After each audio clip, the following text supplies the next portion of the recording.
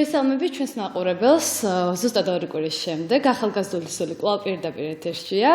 დღევანდელ გადაცემას კი კვლავ უცვლელად მე მარიამ კაპანაძე და ესმა გუმბერიძე დაიყვანს ამჯერად ისევ Skype-ის საშუალებით. ყველას მიულოცავ, ქალბატონებს მიულოცავ მოგვიანებით 8 მარტს და გისურვებთ ქალისთვის რაც კი ყველაზე დიდ მნიშვნელობას წარმოადგენს ქალურ ბედნიერებას. შვილებს გისურვებთ ჩვენ სტუმრებსაც, რომელსაც შემდგომში გაგაცნობთ აუცილებლად. ეს ხაზზე ხარ?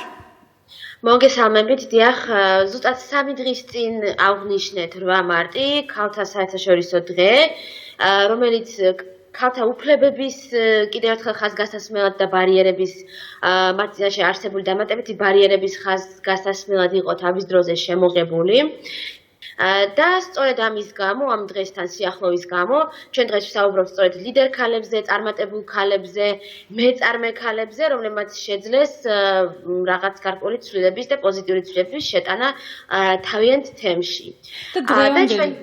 და დღევანდელი ჩვენი სტუმრები იქნებიან თამარ გირლიანი, ფერმერი, გოგონა, ქართველი გოგონა, ფერმერი, რომ საზოგადოებაში უპრეცედენტო ტომ შემთხვევა მგონი მის როგორც ვიცი. ნინო მწარიაშვილი, განათლების საერთაშორისო აკადემიის ვიცე-პრეზიდენტი ნინო მწარიაშვილი და ქეთი მოლაშვილი, ხო? ბოდიში ხდი ძალიან დიდ მღელვარების გულზე და უკეთ გაგაცნობენ ისინი ჩვენს თავს აუცილებლად. მოდი ესმა დავიწყოთ თამარით. ქეთი წარმოადგენს ცოდნის კაფეს, რომელიც წნურში არის განლაგებული სოციალურ საწარმოს. მადლობა თქვენ მოგბრძანებისთვის და რა ვიცი, ჩვენს მაყურებელს წარმატებულ ეთერს და ჩვენც რა თქმა უნდა თქვენთან ერთად გისურვებთ. მოდით დავიწყოთ ქეთით თუ თამარით, ესმა როგორ გირჩევნია? მოდი ქეთით დავიწყოთ და მისი კაფით, მისი მოღვაწეობით პირველ რიგში. ქეთი, რამდენი ხანია ამ საქმიანობას ეწევი? რით გაგიჩნდა სრული, რომ თუნდაც ეს კაფე დაგიარსებინა? მოდი ამით დავიწყოთ პირველ რიგში შენგან. რამდენი ხანია, რასაც ვაკეთებთ, ეს იყო 2012 წლიდან. ეს იყო იმ დროს, როდესაც ვიყავით სტუდენტები და ჩამოვედით თბილისში და მივხვდით, რომ ჩვენს რეგიონშიც გვინდოდა რაღაცები გაკეთებული იყო და მივხვდით, რომ არაფერი არ ხდებოდა იქ. და 2012 წლიდან მე ნელა ორგანიზაცია დავაარსეთ და ბოლოს მივედით ამ კაფემდე. ეს კაფე არ არის მხოლოდ კაფე, არ არის მხოლოდ ცოდნის კაფე. ეს არის არაფორმალური განათლების მიღების სივრცე და არის სივრცე, სადაც ახალგაზრდებს აქვთ იმის შესაძლებლობა, რომ უფრო მეტი განათლება მიიღონ.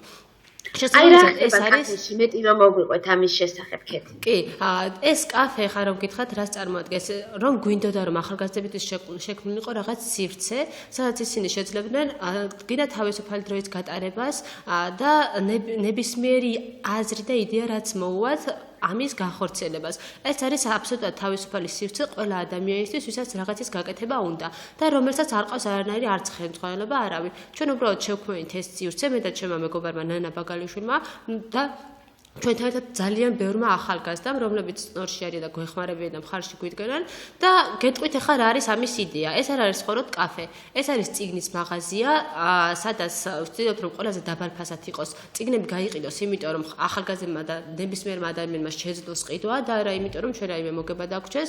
არის ბიბლიოთეკა, არის სამკითხველო ასევე, გვაქვს კაფე რა თქმა უნდა და არაფორმალური განათლების მიღების სივრცე.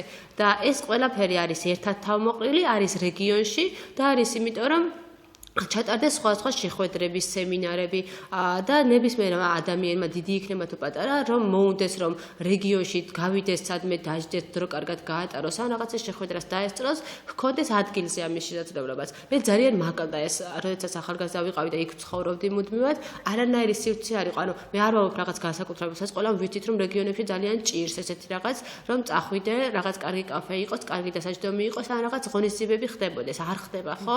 ნუ ეს ერთი პრობლემაა და მეორე ხრო ჩვენ ახალგაზრდები ვცდილობთ იმას, რომ რაღაც შევცვალოთ ჩვენივე სახსრებით, რომ არ დაველოდოთ ვიღაცას, რომელიც გაგვიკეთებს, იმიტომ რომ ყოველთვის არის შესაძლებლობა, რომ შენ თვითონვე თუ რაღაცას მოინდომებ, შენვე გააკეთო და როდესაც გინდა რომ შენი თემისთვის რაღაც გააკეთო, ნუ დამთავრებულია იქ ყველაფერი, აუცილებლად გამოგივა ყველაფერი. და თუ არ აკეთებთ, ანუ დაფინანსება და უშოთ საიდან მოიპოვეთ სივრცე ისე როგორ აღჭურვეთ ეს ყველაფერი, ინტერნეტთან წდომაც არის ხო, კინოჩვენებებიც გაქვთ ხოლმე როგორც მე და თქვენი Facebook გვერდიდან გამომდინარე.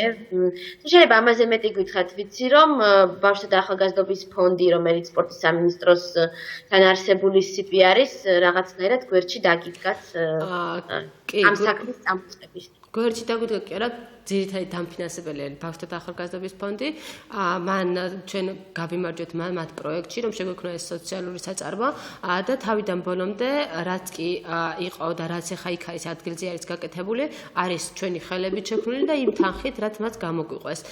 და რაც შეეხება თვითონ უშუალოდ მე ძალიან დიდი პრობლემები ჰქონდა. არ არის ეს მარტივი, რომ ეხლა თქვენ რომ თუნდაც Facebook-ზე შეხვიდეთ და ნახოთ რიქცოდნის კაფე, ძალიან ლამაზი სივრცეა, ბევრი რაღაცები ხდება და რა მარტივია ესე კარგად გაკეთდა. ეს არ არის მართალი, იმიტომ რომ ჩვენ ძალიან ბევრი პრობლემები გქონდა.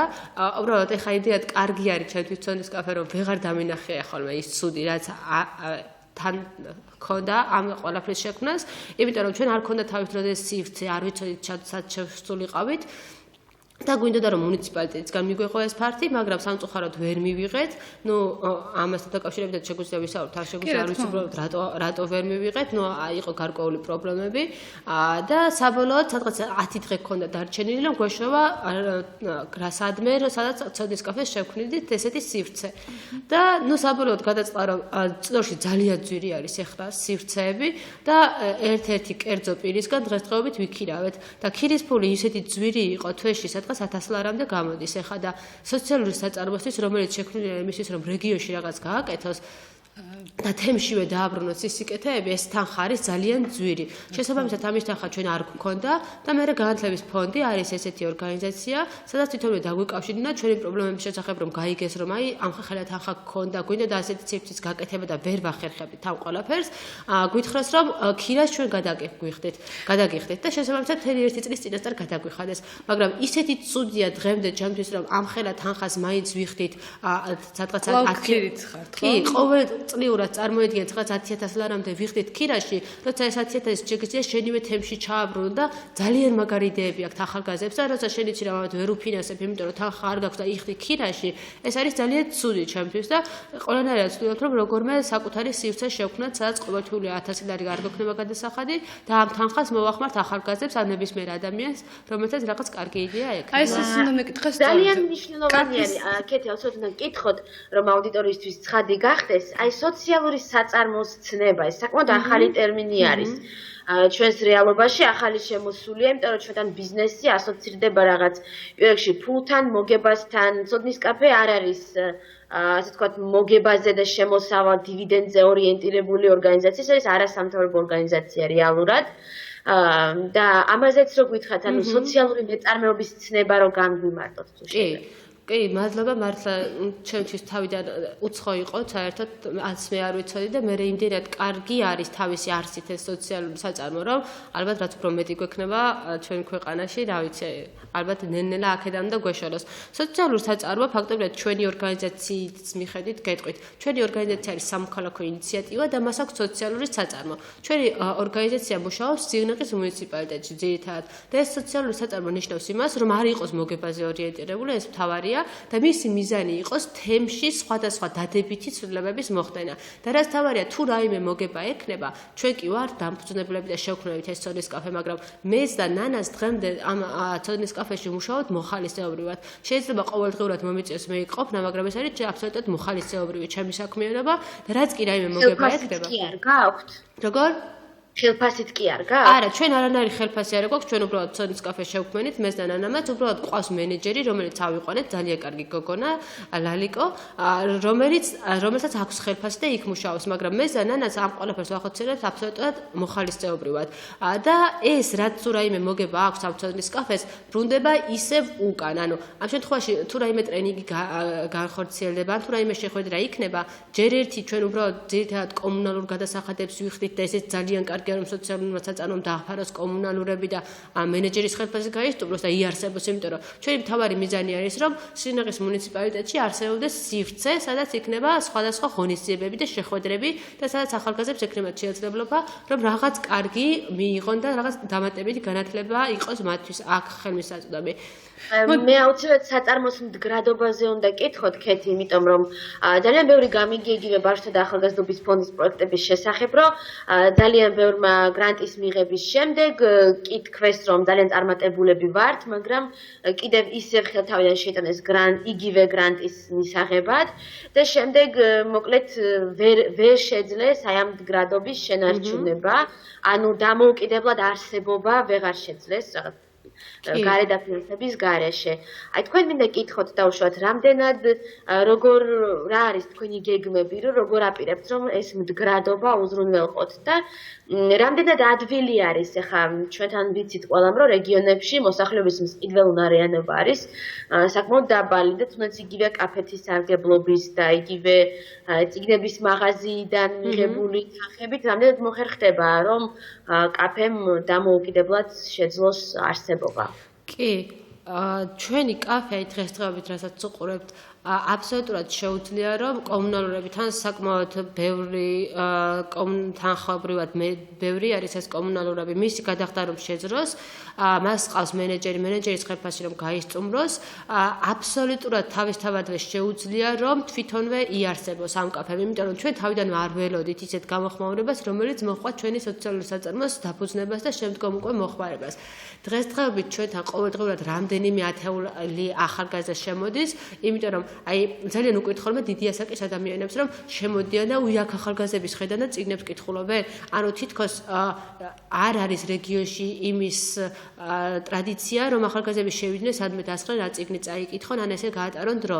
და თქვენ რომ ეხა იქ მოусმინოთ ახალგაზრდები როგორ საუბრობენ ძალიან კარგ თემებზე უკვე რაღაც მნიშვნელოვან წიგნებს კითხულობენ, რაღაც ახალი იდეები ებადებათ და სკოლის მოსწავლეები უკვე მოდიან და სხვა ღონისძიებებს აწყობენ. იგივე მეც და ნანაც ეხლა თითქოს გარბზე ვართ, რომ გვინდა რომ ის ახალგაზრდები რომლებიც იქ არიან, უკვე თვითონვე განახორციელონ სხვა ღონისძიებები, რასაც თვითონვე მართლაც ახერხებენ, იმიტომ რომ არ არის აუცილებელი რომ იყო ორგანიზაციის ხელმძღვანელი და მხოლოდ შენ აკეთო ღონისძიებები. ვფიქრობთ, რომ უფრო კარგია ის, როდესაც შენი ორგანიზაციის წევრები ახორციელებენ და ეს უფრო მნიშვნელოვანი არის, იმიტომ რომ ამ შემთხვევაში უფრო თემი უფრო მეტად ვითარდება, როდესაც მარტო შენ თვითონ არ აწყობ და სხვასაც აძლევს ამ დამოუკიდებლობას, რომ თავადმა შეძლონ ღონისძიებების გაკეთება. და შესაბამისად, რაც შეეხება ამ მდგრადობას, ჩვენ ვფიქრობთ, რომ ჩვენ რომ არ გქონდეს ქიის გადასახადი, რაც ძალიან ბევრია, კიდევ ერთხელ ვიტყვი, თავისუფლად შეუძლიათ ცოდის კაფეს იარსებოს. და ეხლა ამიტომაც ვთქვით, რომ ჩვენ გქონდეს რაღაც სივრცე, რომელსაც ჩვენვე შევქმნით, იმიტომ რომ ძალიან ბევრი გულშემატკივარი ყავს, ძალიან მიხარია მე ეს და ყველა ამბობს, რომ აი ყველანაირად მხარში დაგიდგებით, რომ ესეთი სივრცე შექმნას, იმიტომ რომ თვითონვე ხდებიან როგორი მნიშვნელოვანია ესეთი სივრცე. როგორი არის, რაში გამოიხატება მხარში დგომა? მოხალისეობრივ საქმიანობაში, იქ დავუშვათ შესვლასა და რაღაცის ყიდვაში, რაღაცას შემოწირულობის გაკეთებაში, აი ამაზეც რო გითხრათ. კი, ეს არის, ჩვენ ვფიქრობთ, რომ ეხლა რაღაც სივრცე უნდა შევქმნათ, ან ავაშენოთ, ან მაგალითად არ ვიცი, რაღაც შევისყიდოთ, რომ ანუ ყოველთვიური გადასახადი რომ არ გქონდეს და რომ ვიცოდეთ, რომ ჩვენია, ასეთი სივრცეს შექმნა გვინდა და ფაქტობრივად ჩვენ გვაქვს ამის გამოცდილება, იმიტომ რომ ფესტივალებსაც ვატარებთ ხოლმე ახალგაზრდებთან ერთად და ხალხი იმდენად მხარში გვიდგას და იმდენად ცდილობს, რომ რეგიონში რაღაც გაკეთდეს, რომ რამდენიმე ათასი შეგვიძლია ხოლმე რომ ვიშოვოთ, იგივე თვითონ ჩვენივე ადგილობრივი ბიზნესიდან იქ სხვა ბანკები არის, ბანკებით სხვა შორის ხა საქართველოს ბანკმა სიცოცხლის ხემ დაგვიფინანსა ჩვენი ერთ-ერთი სტარტაპი, ჭკვიანი გემო, საცხობი იქნება და ფაქტობრივად ეს ბანკებიც აქტიურად გვიდგანან მხარში, იმიტომ რომ ფესტივალების დროსაც მე კარგად მახსოვს, რომ იგივე საჩუქრები იყო, ფულადი პრიზები იყო, ყველანაირად მხარში გვიდგენან და ჩვეულებრივი ადამიანებიც, აი ძალიან შორიდან რომ უყურებ, თითქოს გონია რომ ესე არ ხდება, ან მასე ვინ მოიქცევა, მაგრამ როდესაც შენ რაღაცებს ახორციელებ,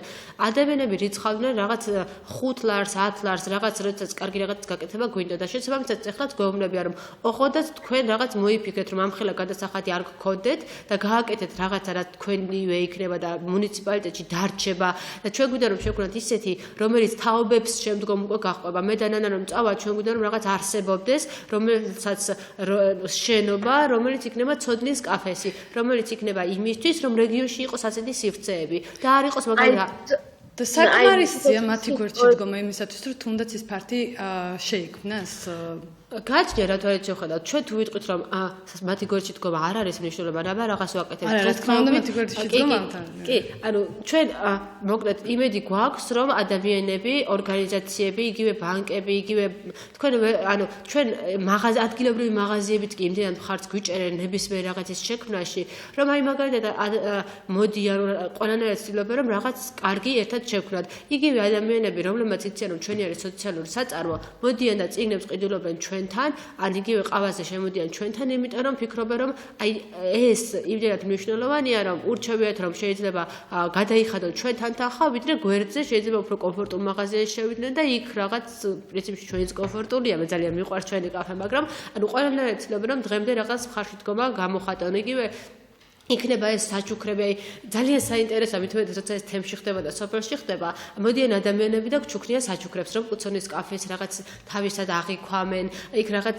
ერთხელ მახსოვს რაღაც წუბეთი ბიჭი შემოვიდა რომ ვენახში ვიყავიო და ისეთი ლამაზი ყვავილები დავინახეო რომ მოუკრიფეო და ბამბუკი მოიტანა რომ აი ძალიან მოუხდებოდა ცოდნის კაფესო იქ მე რაღაც ხის ნაძვისხი გაგუკეთეს იმიტომ რომ ძალიან მოუხდებოდა ცოდნის კაფესო იქ ერთი ხათუნა ყავს რომელიც აი დღე და ღამე ცოდნის კაფეზე ზრუნავს და რაღაც არაკეთებს მისთვის ხელნაკეთი ნივთებით ალამაზებს ჩვენს კაფეს.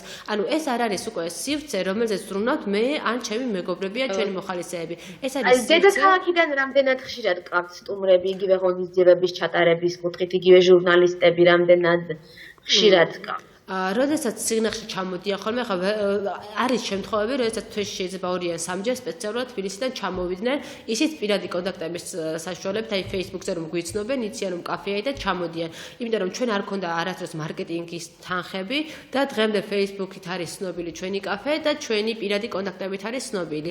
და როდესაც სიგნალში ტურისტები ჩამოდიან ხოლმე, თუ წნორში ჩამოდიან, ძირითადად ტურისტები ხანდახან შემოივლიან ხოლმე და ძალიან მოსწონთ სხვათა შორის ჩვენი სივრცე, იმიტომ რომ რაღაც სოფელში ესეთი სივრცეს რომ აღმოაჩენენ ხოლმე მათთვის ძალიან უცხოა და ჩვენს ძალიან გვიხარია. იმიტომ რომ რაღაც მუსიკა მშვიდია, რაღაც ისეთი გარემოა რომ მართლა შეგიძლიათ დააჭერ წაიკითხო ან ყავა დალიო და ძალიან კარგი გარემო არის ხოლმე და აი მართლა იმედი გვაქვს რომ რასაც მოვინდოვებთ ახლა ჩვენ და რაც საბოლოოდ გვიდა რომ ცოდნის კაფეს ქონდეს თავისი სახლი, ამას ვფიქრობთ რომ ეხა ცოტა რომ გამოთბება და რაღაც პატარ-პატარა პროექტები გვაქვს და ამ ყველაფერს მივხედავთ, მე დავიწყებთ იმაზე ზრუნვას, რომ ცოდნის კაფესთან დაკავშირებით უნდა გითხოთ, ქეთი აუცილებლად.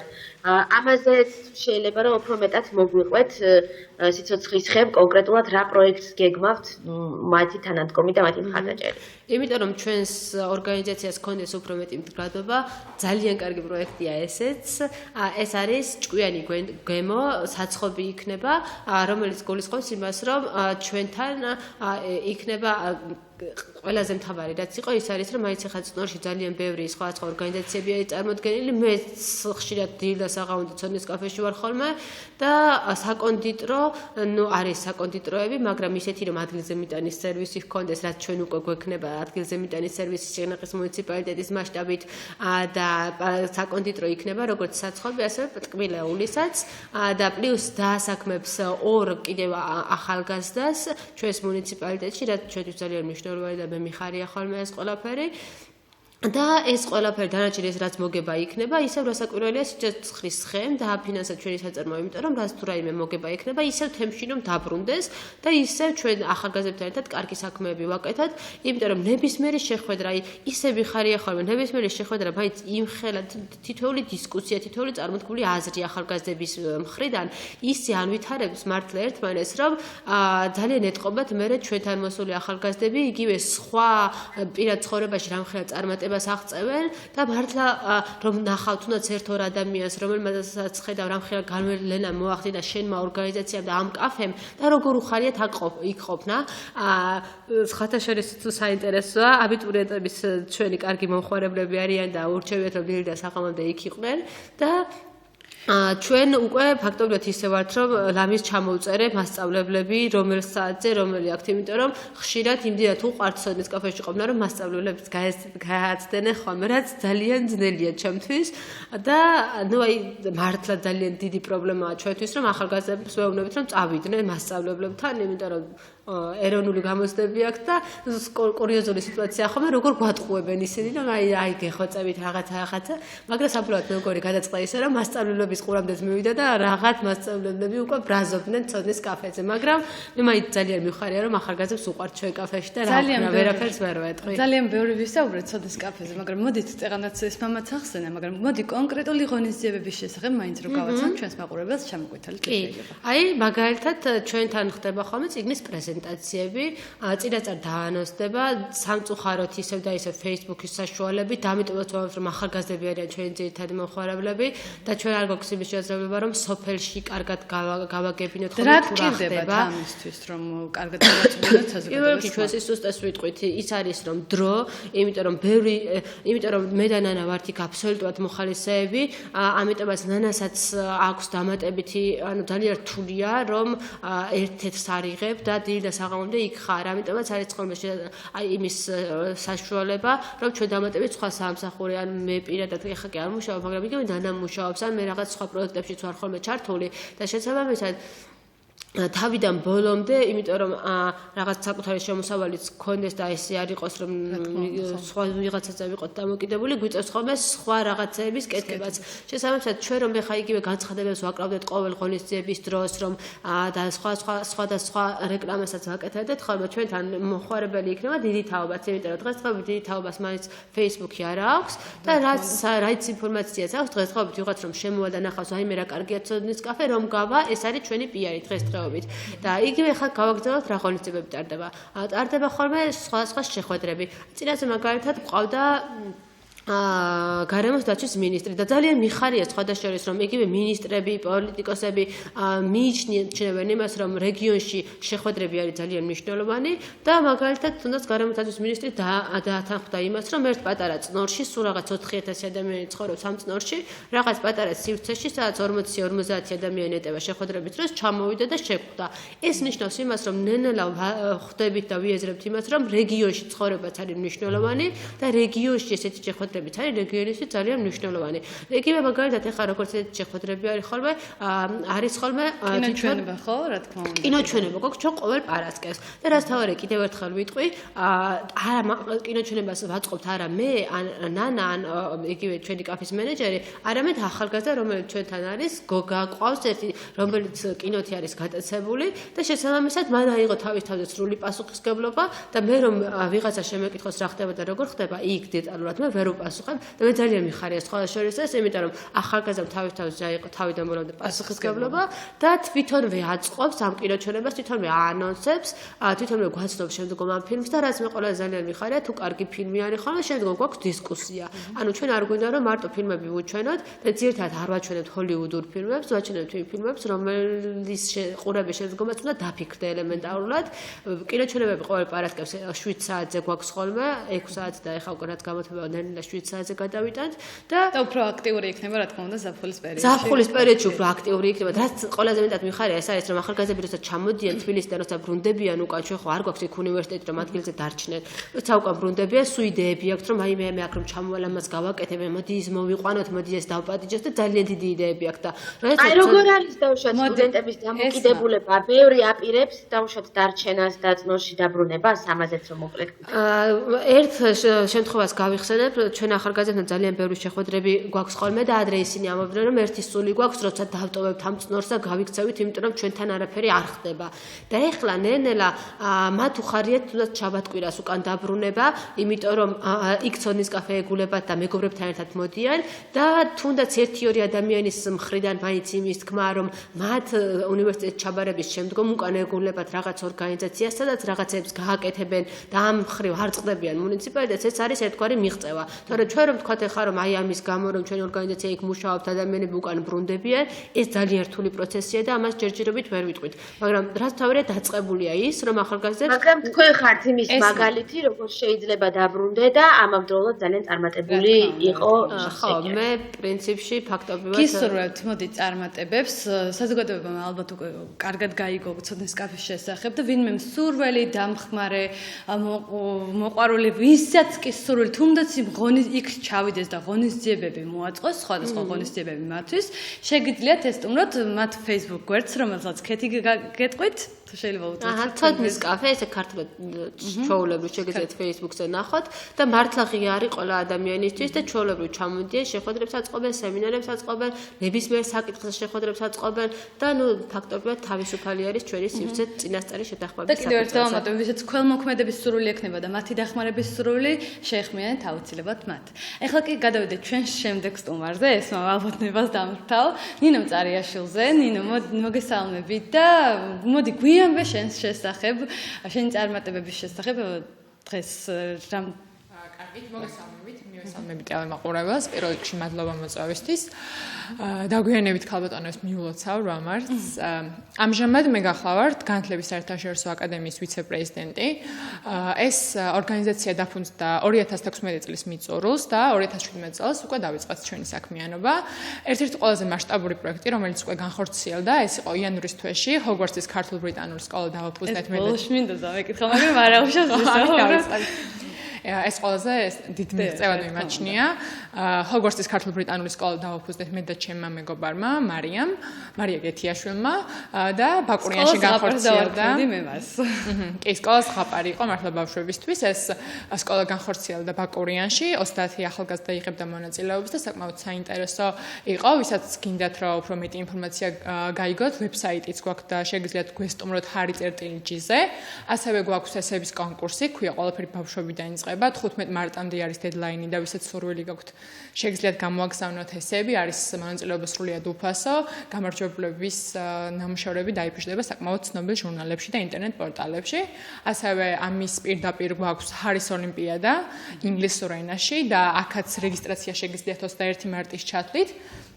ეხა მოდი კონკრეტულად ვისაუბროთ ეხა თითოეული მათგანის შესახებ და თავიდან დავიწყოთ ყველაფერი თუ შეიძლება რომ შენი საქმიანობიდან შენი სწავლის შესახებ თავიდან კახეთის რაიონში დაიწყო შენი სწავლა და მოდი აქედან დავიწყო და მიაღწია შემდგომ წარმატებებს და ეს ყველაფერი დავიწყოთ თავიდან. ვარ გურჯაანის რაიონიდან, დავამთავრე სოფელ ჩუმლაყის საჯარო სკოლა. ახლა ვარ სტუდენტი და ვსწავლობელია სახელმწიფო უნივერსიტეტში ხელოვნების და მეცნიერების ფაკულტეტზე. ყველაფერი დაიწყო სამოქალაქო აქტივიზმით. 13 წლის ასაკიდან ვიყავი ერთ-ერთი ორგანიზაციის ლიდერი გურჯაანში, მოძრაობას ერქვა მოძრაობა დამოუკიდებლობისა და ევროინტეგრაციისთვის, დამბუზნებელია ბატონი ანდრო ბარნოვი და ამ ორგანიზაციის ფარგლებში ვეწეოდი საქმიანობას, ვაკეთებდი ხოლმე საჯარო ლექციებს, შეხვედრებს, რაღაც საპროტესტო აქციებს და ეს შეხვედრები ძირითადად რა საპროტესტებდით ხოლმე? იყო მაშინ სოჭის ოლიმპიადის წინააღმდეგ იყო ერთი აქცია და მეორე იყო უკრაინის მხარდამჭერი, როდესაც უკრაინა განიცდეს ეწოლას, თქვათ, რუსეთის მხრიდან. ასე თქვათ, მაგრამ კი, ამ აქტივიზმით დაიწყო, ასე თქვათ, ჩემი არასამთავრობო სექტორში მუშაობა. ჩვენი პროექტები, რომელსაც მაშინ ვახორციელებდით, იყო ხოლმე საგანმანათლებლო. ასეთი პროექტი იყო, ერქვა თანამგზავრი და საქართველოს მასშტაბით რამდენიმე ქალაქში ათასობით ახალგაზრდა იღებდა სრულიად უფასოდ განათლებას. ეს იყო ძირითადად დევნილი ახალგაზრდობა და სოციალურად დაუცველი ახალგაზრდები. და ჩვენი პროექტები მორგებული იყო სრულიად იმ იდეას, რომ ევროინტეგრაციის იდეა უფრო მეტად ყოფილიყო გავრცობილი ქართულ ახალგაზრდებში. შემდეგ გაგრძელდა ლიდერთა სახლში ვიყავი ელჩი, ეს იყო დანაშაულის და პრევენციის ცენტრის პროგრამა. შემდეგ უკვე გაგრძელდა ინოვაციების და განვითარების ფონდში, სადაც მუშაობდი პროექტების მენეჯერად. ერთ-ერთი ჩვენი მასშტაბური პროექტი იყო ბანაკები. სახელმწიფო 3.0 ასე ერქვა, გურჯაანიდან ათასობით ახალგაზრდა არის წასული ამ ბანაკებში. ამ პროექტს მე გამიგიანინო ამ ბანაკის შესახებ და ყოველთვის მქონდა კითხვა, რატომ ქვია სახელმწიფო 3.0? ეს სახელმწიფო 3.0, ეს სახელი ჩემი დარქმეული არ არის, მაგრამ გეტყვით ხა რატომ ქვია. ანუ არსებობს სახელმწიფოს განვითარების 3 ეტაპი, ასე ვფიქრობ და ჩვენ ვიმყოფებით მესამე ახლებურ ეტაპზე და უნდა ასე ვთქვათ განვავითაროთ ეს მესამე ეტაპი, ამას ეძღვნებოდა ეს იყო იდეა. რა ეტაპებია ეს?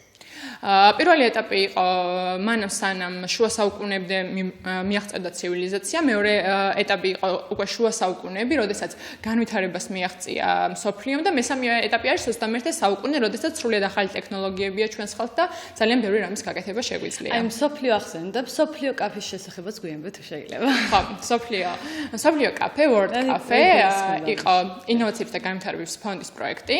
ეს იყო brainstorming-ი, რომელიც უნდა გამართულიყო საქართველოს საქართველოს 12 თვითმმართველ ქალაქში, მაგრამ ჩემი ინიციატივით გაიმართა 13 ადგილას, მე-13 იყო გურჯაანი, ერთადერთი მუნიციპალიტეტი, სადაც შედგა მსოფლიო კაფე. რა იგულისხმება მსოფლიო კაფეში? რას ნიშნავს მსოფლიო კაფე? მსოფლიო კაფე არის ბრეინშტორმინგი, როდესაც ახალგაზრდები მსჯელობენ პრობლემურ საკითხებზე და ეზებენ მათი მოგვარების გზებს. შემდეგ ჩამოწერენ ამ მოგვარების გზებს და მიაწვდიან ადგილობრივ მუნიციპალიტეტს თუ როგორ მოაგვარონ მათ ხედვას გადასცემენ. ზოგადად მუნიციპალიტეტი ცოტა ნაკლებად ეკითხება ხოლმე აზრს ახალგაზრდებს, მაგრამ ჩვენ ასე ვთქვათ იძულებით შევახსენებთ. ახსენე რომ ეს მაინც მაპატიე ბოდიშხდი ვერ გავიგეთ. ახსენე რომ ეს მაინც გავუზიარეთ. კი არ გვეკითხებით, მაგრამ ჩვენ მაინც გაგიზიარებთ. ვერ გავიგეთ ეს სამწუხაროდ. მოდი ახსენე რომ აი პრობლემების აწყდებიანო და ახსენე კიდევ რომ 13 რეგიონი მოიარე. რა პრობლემებს აწყდებოდნენ? რა პრობლემები აღმოაჩინეთ მეტწილად? პრობლემა ძირითადად იყო ის, რომ როდესაც რამე ღონისძიებას აკეთებ ქუჩაში, გჭირდება ნებართვა, უნდა შეიტანო განაცხადი გამგეობაში და მე ის გასძლევს ნებართვას და მე შენ ატარებ. ეს ნებართვის წერილი რა თქმა უნდა დაწერილი მქონდა და არც ერთ ქალაქში არ მომსვლია პასუხი, მაგრამ მიუხედავად ამისა მაინც ჩავატარე. ასევე არის ხოლმე პრობლემა, როდესაც აკეთებ საჯარო ლექციას და ადგილობრივი თვითმმართველობა ან ბიბლიოთეკის ფარც არ გითმობს ან რაიმე სხვა ფარც, ეს პრობლემებიც მეტნაკლებად გადაჭრის გზებს ექვემდებარება. ჩემი აზრით, ეს პრობლემები, ასე ვთქვათ, მე ცოტა ნაკლებად ვაწყდებოდი ხოლმე, უფრო ვცდილობდი, რომ პრობლემები მექცია შესაძლებლობებად, კი, მომეგვარებინა, ასე არ შემიხედავს, რომ რაღაც პრობლემაა და პრობლემას ვერ მოვაგვარებდი. ასე რომ თქვენ უკვე ამოიწყეთ ორგანიზაცია, ეს საერთაშორისო განათლების აკადემია და ასე შემდეგ.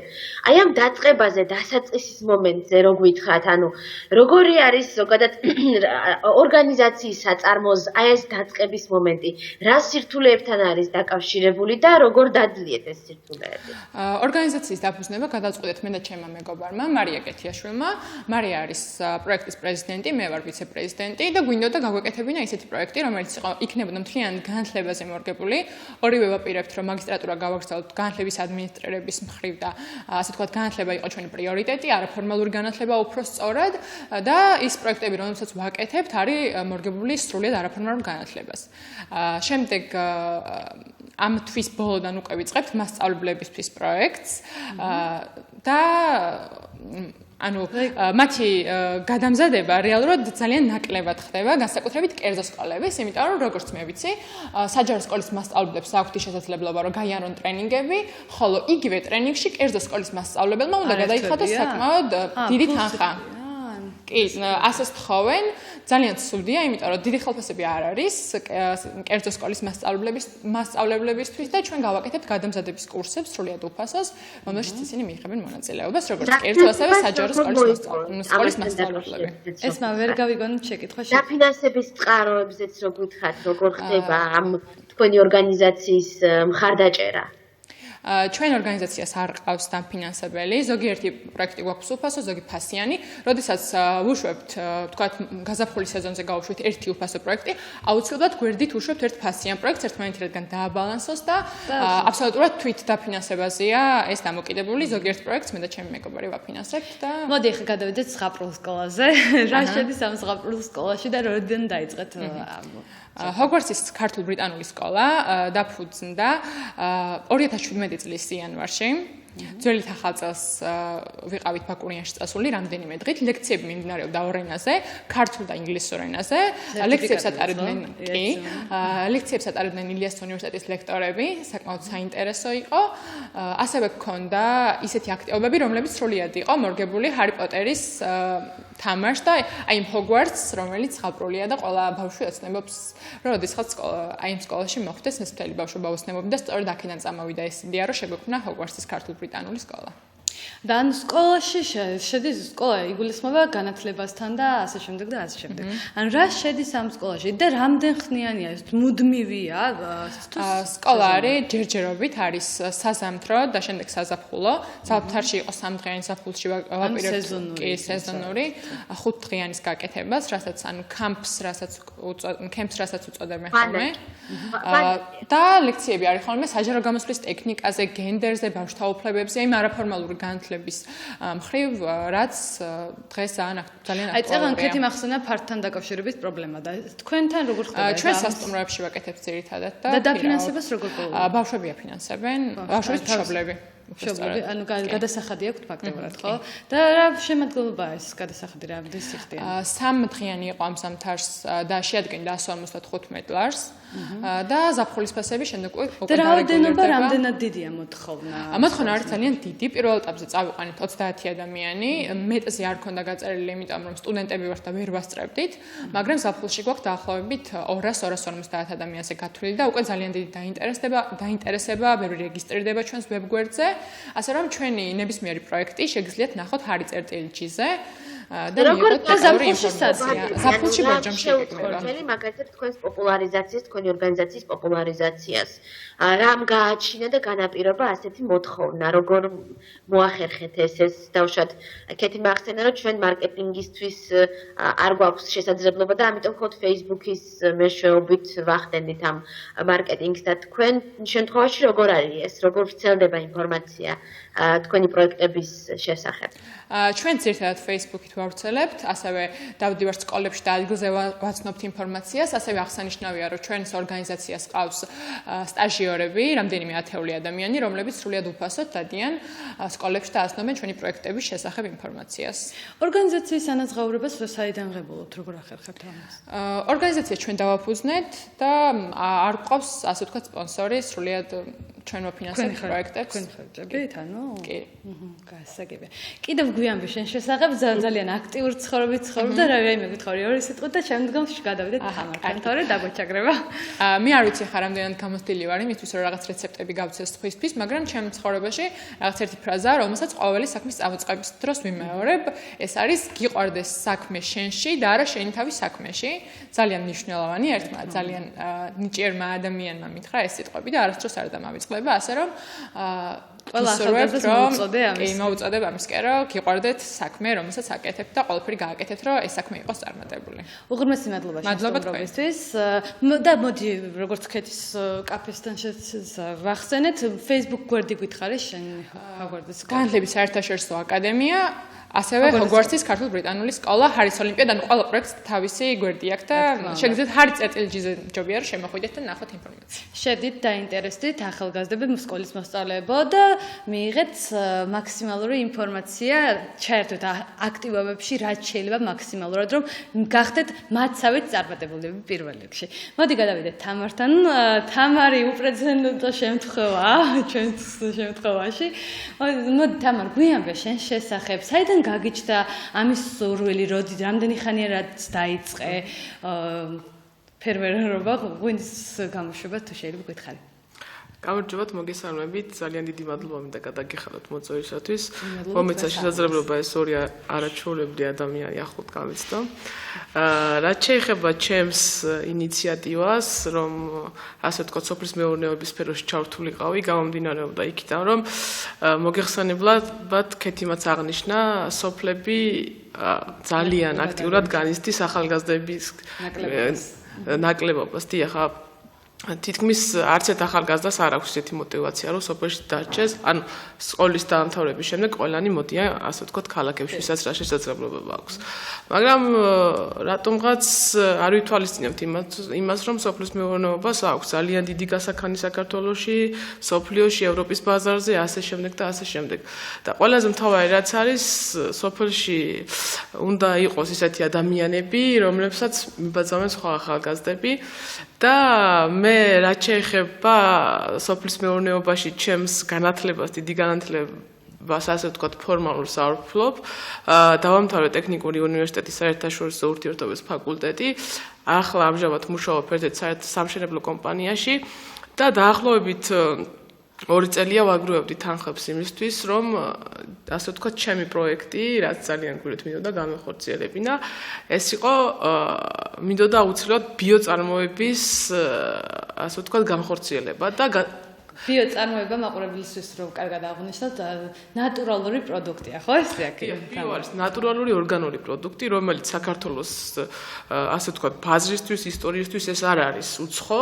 უბრალოდ რამოდენიმე იყო პერიოდი, როდესაც შეწყდა ბიონატურალური პროდუქტების წარმოება და გადაერთო ინდუსტრიულ წარმოებაში, მაგრამ რაც შეეხება ამ მიმართულებას ძალიან დიდი, ასე ვთქვათ, გასაქანს ვხედავ მე და რაც თავარია არის სასიცოცხლოდ მნიშვნელოვანი პროდუქტები, ბიოპროდუქტები ადამიანის ჯანმრთელობისათვის. რა წარმოებთ? ამაზე რო გითხრათ? ბატონო? ეს მოგავგე. რა საწარმოებთ? რაც შეეხება ჩვენს წარმოებას, მაქვს 1 ჰექტარი საფერავის ჯიშის ვენახი გაშენებული, რომელსაც ვუვლით ბიო, ანუ ორგანული ხერხებით, არ ვიყენებთ არანაირ შხამქიმიკატებს მოვლაში, არანაირ პესტიციდებს, ქიმიურ სასუქებს, ვუვლით მხოლოდ და მხოლოდ ორგანული მიმართულებით და ეს გულისხმობს იმას, რომ უფრო ნაკლებად ჩაერიო ბუნების, ასე ვთქვათ, განვითარებაში, რაც შეიძლება უფრო ახლო იყო ბუნებასთან და მეტი დაკვირვებით და მეტი შრომით მიიღო შედეგი. სახელი თუ ქვია შენს რაც შეეხება ჩემს ნაწარმს და ასე ვთქვათ, პროდუქტის სახე ჯერ არ აქვს მიცემული, იმიტომ რომ ჩვენ გეგმავთ დაახლოებით 2018 წელში უკვე რობოტში ჩამოვასხათ ჩვენი ღვინო და წარუდგინოთ. და რატო ესე დიდხანს და 1 წელი არის? რაც შეეხება ვაზის კულტურას დაახლოებით 3-4 წელიწადი უნდა რომ პირველი მოსავალი მიიღო და ბიო ასე ვთქვათ პროდუქცია არ არის ასე ვთქვათ ფართო შესაძლებლობა მისი რომ მოსახლეობაში შეიძინო ის პროდუქტი რაც შენ გინდა და რაც შენ თავისუფლად წარუდგენ შენს მომხმარებელს ეს არ არის მარტივ. ამიტომ გადავწყვიტე რომ მე ჩემი მეურნეობა მქონოდა და ჩემი მეურნეობაში მოწეული ბიო და ორგანული პროდუქტიდან მიმეყო შესაბამისად ორგანული ღვინო. აი ღვინოს აწარმოებს უამრავი კომპანია, ხო? და ამ ხელა კონკურენცია, როგორ ფიქრობ, გაამართლებს ეს შენი წარმოება? რამდენად დიდი მოთხოვნა იქნება? ან თუ აპირებს საერთაშორისო ბაზარზე გატანას ამ რაც შეეხება კონკურენტებს, მე დიდ საწარმოებს ჩვენ კონკურენტებად არ აღვიქვავთ, იმიტომ რომ აბსოლუტურად დიდ საწარმოებს სხვა მიმართულება აქვს, ჩვენ პატარა მარნებს ასე ვთქვათ, სხვა მიმართულება გვაქვს, რაც შეეხება ბიო და ორგანული რა მიმართულება არის ეს? როგორ განსხვავდება? წეგანაც ვახსენე, ეს არის აბსოლუტურად უარის თქმა შხამქიმიკატებზე, ქიმიურ მეთოდებით მოვლაზე ვენახში, ასევე შემდეგ ღვინოში. არანაირი ზედმეტი ჩარევა ღვინის წარმოების ხაზში, არანაირი ხელოვნური საფუარი, ასე შემდეგ. ღვინის დაყენება ქვევრში, ტრადიციული ორგანული მეთოდით. სხვადასხვა ღონისძიებებზე პირებს მის პოპულარიზაციას ამაზეც რო გითხრათ, იმიტომ რომ ყველაზე დიდი პრობლემა არის მაინც გასაღება, ანუ ის რომ პატარა საწარმოსთვის, ახალი საწარმოსთვის რომ ასე თქვათ შენი ხმა მიაწუდინო მომხმარებლისთვის რომ მეც ვარსებობ და მე შემიძლია უკეთესი პროდუქტი შემოგთავაზო. ეს არის ყველაზე დიდი პრობლემა და ამ პრობლემის დაძლევას როგორ ფიქრობ ამაზეც რო გაგვიყვება? დიახ, მოგეხსენებათ, ეს პრობლემა არის თანხებთანაც არის დაკავშირებული, მაგრამ არსებობს საქართველოში ერთი ძალიან კარგი ორგანიზაცია, ეს არის ფერმერთა ასოციაცია, მისი თავმჯდომარე ქალბატონი ნინო ზამბახიძე, რომელიც პატარა გვიანვე რას გულისხმობს ეს ორგანიზაცია? ეს ორგანიზაცია გულისხმობს დამწყები ახალგაზრდა ფერმერების და ყველანაირი სახის დახმარებას, ჩვენს ადვოკატირებას, ასე ვთქვათ, და ჩვენს წარმოწევას საზოგადოების გაცნობას და ასე შემდეგ. რამდენად არის დიდი მოთხოვნა აქტიურობა ახალგაზრდების რამდენად დიდია? ძალიან დიდია ახალგაზრდების ჩართულობა ამ სფეროში, სხვათა შორის ძალიან ბევრი ქალი მეღვინეებიც არსებობენ, ძალიან ბევრი ახალგაზრდა მეღვინეები არსებობენ, ასევე სხვადასხვა სოფლის მეურნეობის პროდუქტებს, რომელიც აწარმოებენ, ჩვენ ვიკრიბებით დრო და დრო უზიარებთ ერთმანეთს გამოცდილებას, ასე თქვა, რაც შეგვიძლია ვეხმარებით ერთმანეთს. აი ერთ-ერთ სტატიაში შენთან დაკავშირებით ესე იყო, რომ ერთ-ერთ დღეს, როცა შენ მოსავალზე უნდა გემუშავა, უნდა ყოლოდა დამხმარები და მოგვიწია სულ 4 ადამიანთან ერთად ამ ყველაფერთან გამკლავება. ამ დიდი ბრძოლა როგორ ახერხებ ამ ყველაფრის გამკლავებას შეიძლება? ხო, ცოტა რთულია, როდესაც კვირის განმავლობაში 5 დღე მუშაობ თბილისში, შემდეგ გაქვს შაბათი კვირა 2 დღე და მეურნეობა მოგეხსენებათ რომ არის მარტო ჩვენზე არ არის დამოკიდებული ხარ ბუნებაზე, ასე თქვა სტიქიურ მოვლენებით ხანდახან წელსაც დაგვაზარალა მაგალითად ძალიან რთულია ხოლმე მაგრამ ოჯახის წევრები ძალიან გორჩი მიდგანან დედა მამა ძმა და შეძლების დაკარგვა მთელი ოჯახი ჩართული ვართ ამ საქმეში სწორედ საინტერესოდ მახსენდება ის მოვლენა რომელიც თქვენ გაიხსენეთ ზუსტად ჩარშან ეს პერიოდი იყო როდესაც დავგეგმეთ რომ ანუ ვენახის გაშენების პროცესი იწყებ გარკვეული სამზადისი ახლავს წინ ხო დავგეგმეთ დაუკავშირეთ რამოდენიმე ადამიანს რომელიც რა თქმა უნდა გარკვეული საზღაურის გადახდის შემთხვევაში უნდა დავხმარებოდნენ მაგრამ რატომღაც მოხდა ისე რომ მე დილით გაგვაგებინეს რომ რატომღაც ვერ გეხმარებიან მაგრამ როდესაც გამზადებული გაქვს ნერგი აუცილებელია ის დღეს აუცილებლად უნდა მიწაში შეიტანო იმიტომ რომ ან გაგიყინება ან გაფუჭდება და იძულებელები გავხდით რომ 4 ადამიანს გაგვეწია დაახლოებით 12 კაცის შრომის შრომა სამწუხაროდ ძალიან ცოტა დრო დაგვრჩა მაგრამ მოდი გითხარი რა სახელწოდება უნდა შეურჩიო შენს ნაწარმოებში რაც შეეხება ჩემს სახელწოდებას შემდეგ მოგვიანებით გახდება ცნობილი დიახ და აუცილებლად გაგაცნობთ და ერთი აუცილებლად უნდა გითხოთ საბოლოოდ აუცილებლად უნდა დაგისვა კითხვა როგორ უმკლავდებით ბუნებას როგორ უმკლავდებით აი იგივე მაგალითად რაღაც სტიქიურ მოვლენებს თუ გაქვთ დაზღვეული თქვენი მან თუ აპირებთ ან თუ გაქვთ რაიმე დანადგარები ან სეტყვის საწინააღმდეგო ან რაღაც დამცავი ბადი ან რამე მაინც რაც შეეხება ძალიან მნიშვნელოვანი შეკითხვა იყო დიდი მადლობა ამისთვის რაც შეეხება სტიქიური უბედურებების განკვლევას ეს ძალიან რთულია მით უმეტეს კახეთი სეტყვისთვის აქტიურ ზონაშია მოქცეული და არსებობს სახელმწიფოს მიერ დანერგილი სეტყვის საწინააღმდეგო სისტემები რომლებიც გარკვეულად აგვარებენ ამ პრობლემას მაგრამ სრულად მოგიხსენებათ ვერანაირად ვერ მოაგვარებ ამ პრობლემას ძალიან მნიშვნელოვანი იქნებოდა იგივე სეტყვისგან დამცავებათების დანერგვა რომელიც საკმაოდ დიდ თანხებთან არის დაკავშირებული და ამ ეტაპზე რომ ეს ხარჯები მოაგვარო ვისი დახმარება გჭირდება შენ პირველ რიგში ამისთვის ძალიან კარგი იქნება თუ რაღაცა დახმარება იქნება თუნდაც სახელმწიფოს მინდა თუნდაც ორგანიზაციების მინდა მათი შეწუხება მათი დახმარება ანუ მოთხოვნა აი მაგალითად აწარმოებს გეგმავთ კი ბატონო გეგმავთ ეხა აპრილიდან დაანონსდა უკვე სახელმწიფოს მინდა საგრანტო პროგრამები და აუცილებლად გეგმავთ მასში მონაწილეობის მიღება განაცხადის ესმა უღრმესი მადლობა თქვენ სამივეს ესმა ჩვენ დრო ამოიწურა სამწუხაროდ და დავასრულოთ გადაცემა მოდი ყველას თითოეულ მათგანს უღრმესი მადლობა თქვენ ასეთი წარმატებულები რო ხართ და მიზანსტრაფულები პირველ რიგში მადლობა თქვენ აქ მოსვლისთვის და საზოგადოებასაც ჩვენს მაყურებელს მინდა ვუთხრა რომ ის რომ ჩვენი ახალგაზრდები არ არიან აქტიურები რაღაცა არაფერს არ აკეთებენ უიმედოდ ვუყურებთ მათ არ არის ესე შეხედეთ ამ ახალგაზრდებს და დატკბით მათი და იმედი იქონიეთ რომ უკეთესად ვიცხოვრებთ ნამდვილად ჩვენ კი მომავალ შეხვედრამდე დაგემშვიდობებით ზუსტად 2 კვირაში დაგიბრუნდებით ეთერში ნახვამდის